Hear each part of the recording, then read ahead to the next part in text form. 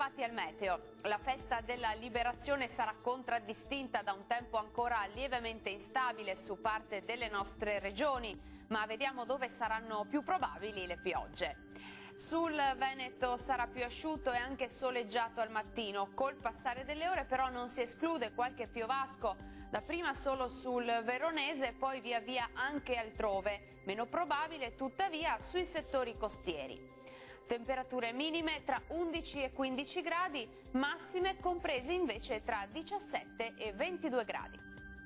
Spostiamoci ora sul Friuli Venezia Giulia, dove sarà per lo più soleggiato, salvo per una maggiore nuvolosità sul Pordenonese e sull'Udinese, dove sarà possibile anche qualche rovescio a carattere sparso.